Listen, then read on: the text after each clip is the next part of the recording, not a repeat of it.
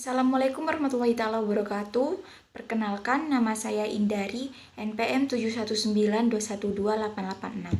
Untuk hari ini saya akan membahas tentang strategi pemasaran UMKM. Strategi pemasaran UMKM adalah upaya memasarkan suatu produk, baik itu barang atau jasa, dengan menggunakan pola rencana dan taktik tertentu sehingga jumlah penjualan menjadi lebih tinggi. Adapun 3 faktor penentu nilai harga barang dan jasa, yaitu yang pertama produksi, yang kedua pemasaran, dan yang terakhir yang ketiga konsumsi.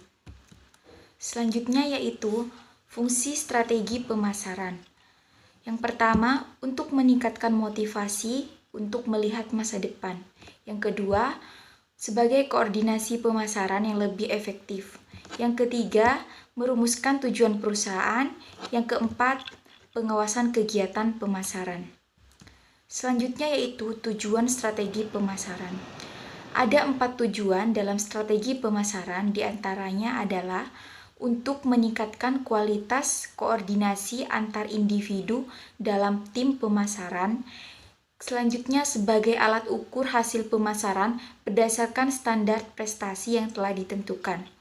Selanjutnya yaitu sebagai dasar logis dalam mengambil keputusan pemasaran.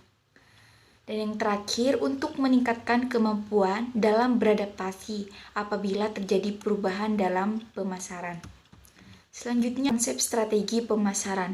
Yang pertama ada segmentasi pasar, yang kedua market positioning, yang ketiga market entry strategi, yang keempat market mix strategi, dan yang kelima timing strategi. Selanjutnya yaitu contoh-contoh strategi pemasaran. Yang pertama ada partnership, yang kedua bekerja sama dengan influencer, yang ketiga melibatkan karyawan, dan yang terakhir yang keempat menjaga pelanggan. Selanjutnya yaitu segmentasi pasar UMKM. Segmentasi pasar adalah strategi suatu perusahaan untuk mengenal minat dan kebutuhan konsumen di suatu market yang kemudian menciptakan produk baru atau produk diversification. Kemudian yang sesuai dengan minat dan kebutuhan konsumen tersebut, dengan kata lain pasar yang tadinya hanya satu dan luas menjadi beberapa pasar yang bersifat homogen setelah mengalami segmentasi. Selanjutnya yaitu tujuan segmentasi pasar UMKM. Yang pertama, memudahkan dalam membedakan pasar. Yang kedua, pelayanan konsumen menjadi lebih baik. Yang ketiga, strategi pemasaran lebih terarah. Yang keempat, mengenal kompetitor dengan segmen yang sama. Dan yang terakhir, yang kelima, evaluasi target dan perencanaan bisnis. Selanjutnya yaitu manfaat segmentasi pasar UMKM. Yang pertama, perusahaan memiliki dan menerapkan ide-ide pemasaran yang lebih terarah. Yang kedua, pemasaran akan terbantu dalam hal pengaturan produk menjadi lebih baik. Yang ketiga, perusahaan mengetahui dan membandingkan peluang pasar baru. Yang keempat, perusahaan dapat menyusun dan menggunakan budget yang ada secara efektif dan efisien. Yang kelima, perusahaan akan terbantu dalam menciptakan daya tarik di bidang pemasaran. Dan yang terakhir, yang keenam, perusahaan akan berada pada situasi yang lebih menguntungkan di pasar. Selanjutnya yaitu syarat segmentasi pasar UMKM. Dapat diukur.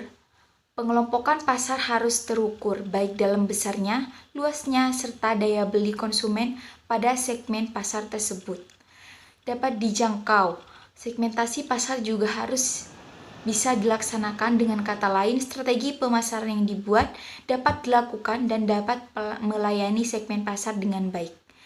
Kemudian cukup besar atau substansial, pengelompokan pasar harus cukup besar sehingga dapat menguntungkan ketika dilayani oleh perusahaan. Kemudian dapat dibedakan, artinya segmen pasar yang dikelompokkan harus dapat dibedakan dengan jelas.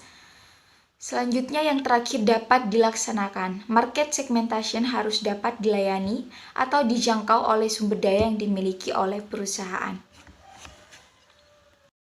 Selanjutnya yaitu pengelolaan aspek pemasaran UMKM. Strategi pemasaran UMKM meliputi produk yang unik, tujuan iklan, online marketing, promo menarik, dan yang terakhir konsisten. Selanjutnya yaitu jenis-jenis segmentasi pasar.